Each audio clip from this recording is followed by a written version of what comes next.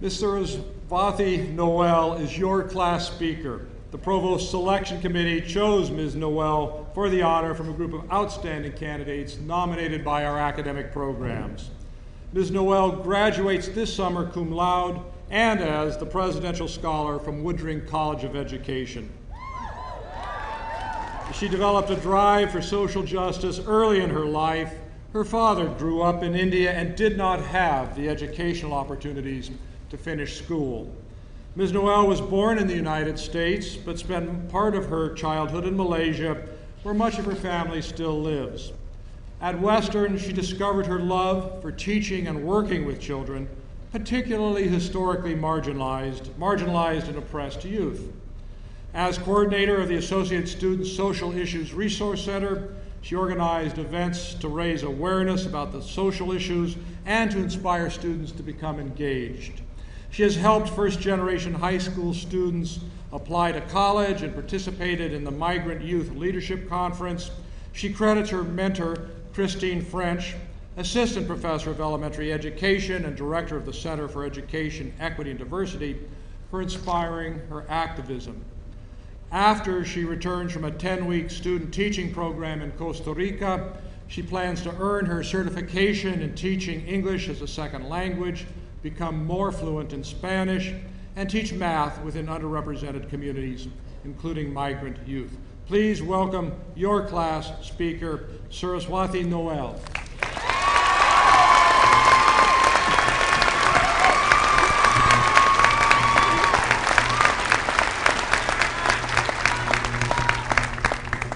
Thank you so much for the honor for allowing me to be your student class speaker. The first thing I did when I found out I was speaking at graduation was cry a lot because of the excitement and honor that this would mean to my family. Then shortly after that, I started to freak out a lot and did some more crying. I had no idea what I would say to you, my peers, to inspire you on your next steps. So I did what any college student would do the night before a 10-page research paper was due. Some good old-fashioned YouTube and Wikipedia research on what would make a good graduation speech. Most of the sources said to rap. Unfortunately, that's my little brother's talent in the family. Modern Family told me all you have to do is take a song and say it. Don't stop believing, get this party started. Another source said to avoid cliches. So with all that advice in mind, here I go. Today is the first day of the rest of your lives. As we look back at these past this is Woodring's graduation. If we look back at these past 5, 6 years, maybe even 7, 8, all of this was me trying so hard to make a speech that would please everyone and trying to make you laugh. Yet, if you ask anyone in my family, I'm not funny, and as you see, it didn't work, but you guys did laugh. I was planning on you not laughing, so. Humor has never been my strong suit. I've always expressed myself with poetry, so let me try this again. I am from freshly made sweet ginger chai, Indian ripe mangoes tickling my throat, the wind through my hair as I fly on my uncle's ancient motorcycle. I'm from unbrushed hair, Saraswati sitting on a potty, throwing up just to leave school. I'm from what are you, a filthy mutt? Speak de English. Why is your dad black and your mom white? But really, a beautiful blend of cultures is where I'm from. I'm from revolutionary fighters, jailed civil rights advocate grandparents, an Indian independence warrior tata, and a cousin who was the first Malaysian woman to compete in the Olympics. I'm pretty proud of her. To an Amachi, my grandma, who broke her back feeding her 10 kids. I am from resilience and strength. I'm from my forever dance beneath the warm, glowing sun that connects me to mist faces across the Indian Ocean. I'm from Saraswati, the Hindu goddess of wisdom and wonder. Writing my Where I'm From piece was a critical moment in my college career. It was the first time I broke the silence about my experiences of cultural isolation. It was the first time I honored my intersecting identities, the people I came from. Another critical moment was attending the Women of Color Empowerment Dinner and finally meeting mentors and people who I could see myself in, people who challenged me to broaden my awareness of others and social issues. Connections I created through the ESC. Where's my ESC grads at? Yeah! We have 57 this year, so we're really proud. And Mecha sustained me throughout college, but pushed me to think critically about societal barriers that keep my friends and family who are undocumented from accessing financial aid and jobs after college. They taught me that no one can and ever will be illegal. Obama escucho, estamos en la lucha, el pueblo unido, jamás será vencida. The people united will never be defeated. My college career became defined by opening the doors to critical thinking and embracing my identity. Through mentors like Kristen French, I love you.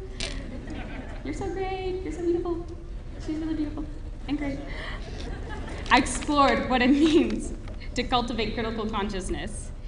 Based on educational theorists like Paulo Freire, critical consciousness is the ability to recognize inequities and take action to remediate them.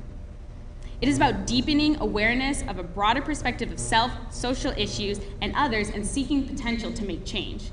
Cultivating critical consciousness is not just about celebrating diversity, eating and drinking your way through culture. It's not about tacos on Tuesdays and fry bread on Fridays.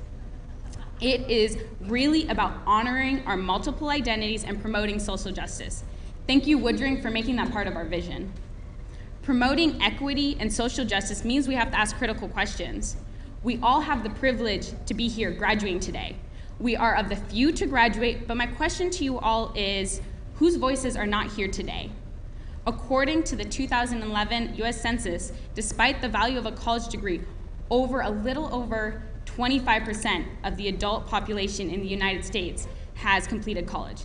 And the reality is that there are people of color, particularly African American, American Indian, and Latino students who are taking longer to graduate, graduating less than their white counterparts, much less even making it to college.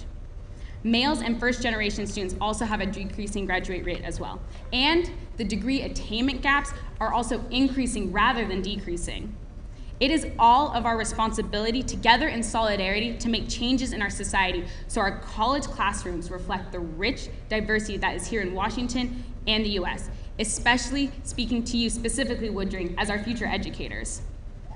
Yeah. If I were to impart one piece of advice to you, is that critical thinking is not something that just takes place in college classrooms. It is also not just a lesson plan. It is about relationships and continuous self-reflection. It is not about being perfect. It is about the process. It is about engaging even when it's frightening. It is about love. It is about a social movement. It is about the strength we find in our communities. Continue your critical consciousness development as it is lifelong learning. I want a moment to honor all the people and communities and that this degree and diploma is for. I want a moment to honor all of us for those sleepless nights in Haggard Computer Lab 24/7, for not quitting and for making our families proud.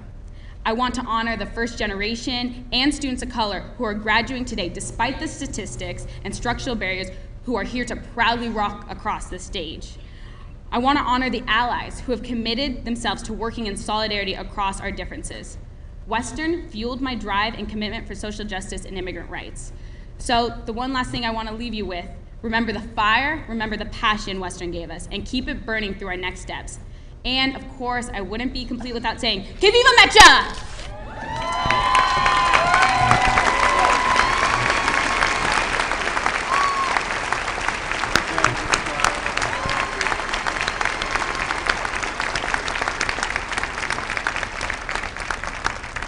Thank you, Saraswati, for those stirring words.